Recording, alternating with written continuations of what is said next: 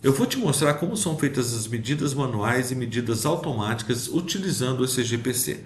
Bom, quando a gente faz a captura de um traçado, eu posso fazer de forma simultânea ou eu posso fazer de forma separada.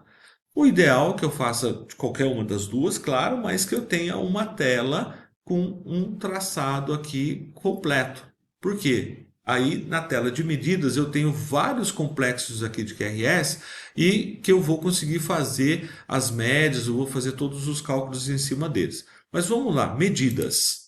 A partir do momento que eu clico em medidas, eu posso fazer as medidas manuais ou automáticas.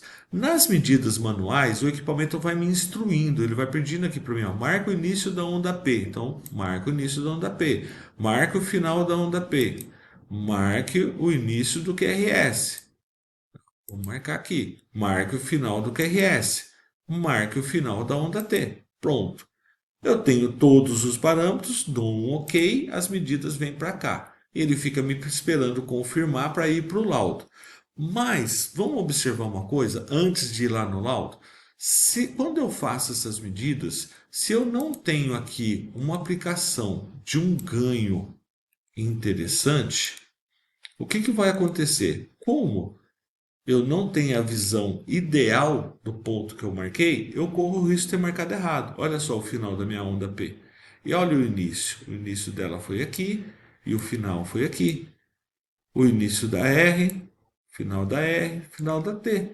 Olha, mudou os parâmetros, tá? Então é interessante que a gente faça uso da tecnologia para poder fazer a medida correta e não fique se esbarrando apenas ali em detalhes visuais lá no ganho vezes um. Ó, a gente pode mudar aqui o ganho, tá?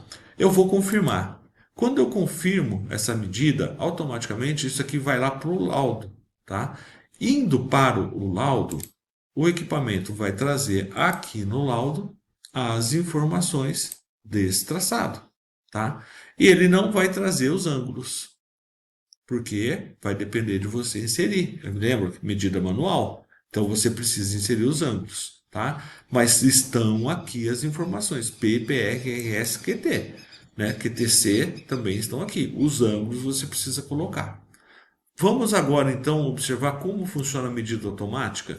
Na medida automática já é diferente. Quando eu clico aqui em medida automática, o sistema vai pegar a média de todas as derivações, ela vai pegar um complexo aqui.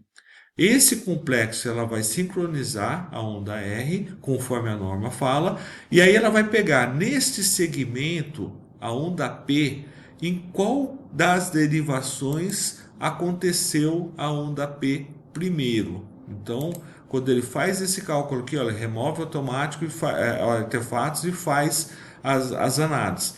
Ele pegou aqui a onda P, né, o início da onda P numa determinada derivação. Ele pegou o final em outra determinada derivação e assim por diante até o final da onda T. Ah, mas então ele pegou aqui na D2 e fez em todas? Não.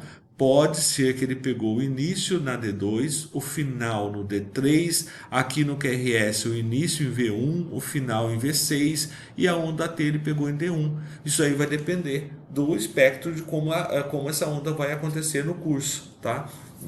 Conforme isso for acontecendo, nós vamos ter a medida. E como é que vai ser essa medida? Essa medida vai aparecer aqui para mim, olha. Vai agora me mostrar um QRS e mostrando esse QRS, ela vai me dizer, olha, o início da onda P foi aqui em D2, o final em D1. O início do QRS foi em D1, o final foi em V2 e a onda T também foi em V2, em D2. Aqui agora ele me representa, olha, frequência, QTC e tudo, inclusive os ângulos, porque agora a máquina tem essas informações para fazer. Agora foi tudo automático. Caso eu não concorde com essas medidas, que eu acho que isso daqui não deva ser dessa maneira, eu tenho que ir lá nas medidas e fazer de forma manual.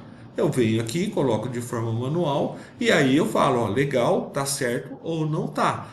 Não adianta eu ficar brigando com o equipamento seguiu a norma de certificação. E aí, pela norma de certificação, é aceitável colocar dessa maneira. A parte anterior deste complexo de todas as derivações, então seria a primeira que vai aparecer, depois a posterior e assim por diante até o final. Eu vou trazer aqui a norma, que é a norma brasileira de fabricação de eletrocardiógrafo. É a norma pela qual esse GPC foi certificada. E aqui, dentre muitas particularidades, né, que tem a norma, várias páginas, mas aqui tem a definição do eletrocardiograma, né, então definição das ondas, as medidas dos intervalos e tudo mais. E aí dentro de uma parte aqui, ó, veja que nós estamos na página 59 da norma já, dentro de uma página aqui tem a determinação dos intervalos globais. Então é o seguinte, o global, né, isto é, para todas as derivações válidas, a duração de P, QRS e T é baseado nas considerações fisiológicas definida pelo começo mais adiantado em uma derivação e o final mais tardio em qualquer outra derivação, né? Por causa da projeção diferente da ativação das frentes de ondas, né? O final, o começo e o final visíveis das formas de onda. Então, quando esse GPC coloca as medidas automáticas, é isso que ele está considerando. Ele está considerando, olha, aqui uma representação bem simples, né? Que tem a norma. Ele está aqui, olha, o início está sendo considerado aqui.